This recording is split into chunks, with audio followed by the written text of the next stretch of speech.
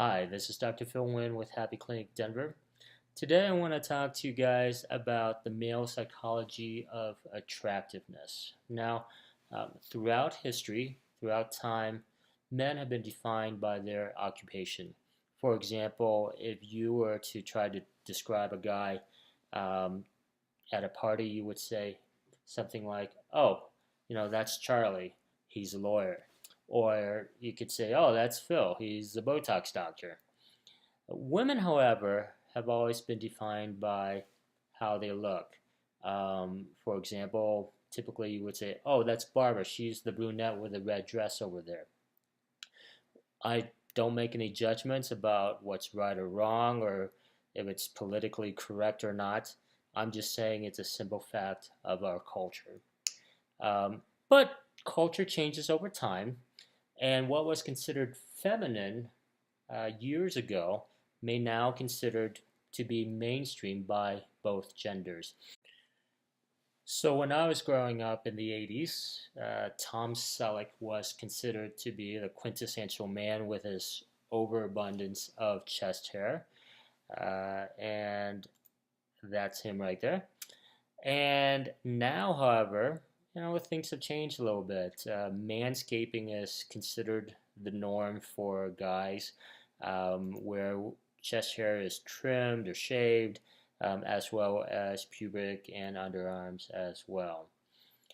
If you consider, 15 years ago when yoga was introduced to the American mainstream, it was mostly a feminine or a female activity, but somewhere along the way, professional football teams started to implement yoga classes to their athletes for flexibility and for stamina, and suddenly it became very mainstream for men.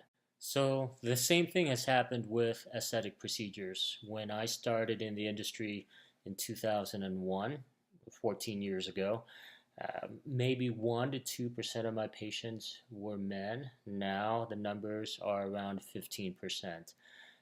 According to Allergan, the manufacturers of Botox, they expect men to grow about 100% year over year, whereas the percentage of women's growth in the aesthetic industry is about 40 to 50%. So men are starting to catch up with women as Botox and injectables are becoming more mainstream.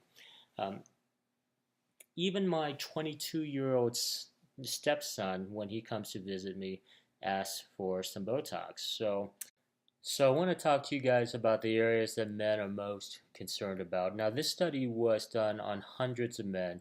It was done by Dr. Terence Keeney, and he found that the most prominent male concerns were 80% of the men were concerned about the crow's feet. Another 80% were concerned about the under eye or the tear trough areas. 74% of men were concerned about the forehead lines. 70% of men were concerned about the double chin area right in there. 60% of men were concerned about the glabellar.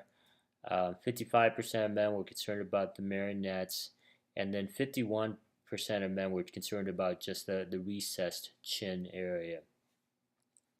Now, I found that was very interesting because most women are probably more concerned about their glabellar lines and as well as the jowls is what a lot of women are concerned about.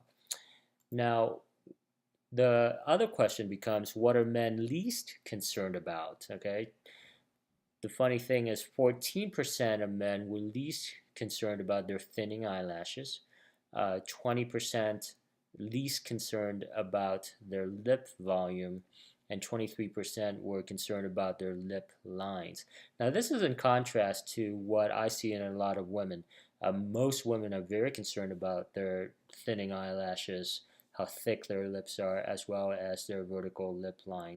So the last study I want to talk to you guys about is the most interesting one of all. It was done by Dr. Allison Wood Brooks, an assistant professor at Harvard Business School. Now, she worked with angel investors who would invest venture capital money into entrepreneurs with great ideas. The study did two voice pitches for an idea.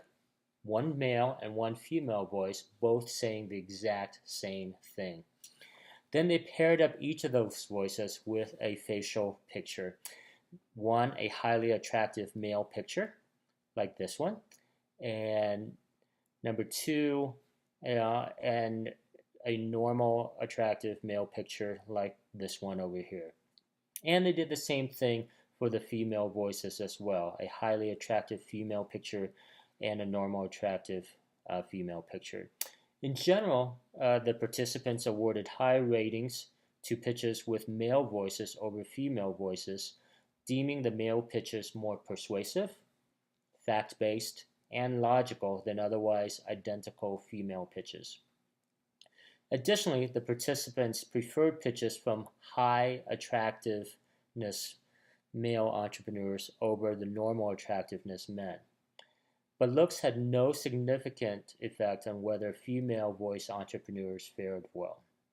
Again, I don't judge if these studies are right or wrong from a moral or ethical perspective, but what the studies show is that we're more easily influenced by good-looking men, whether it is they're trying to sell us a car or a house or even Botox.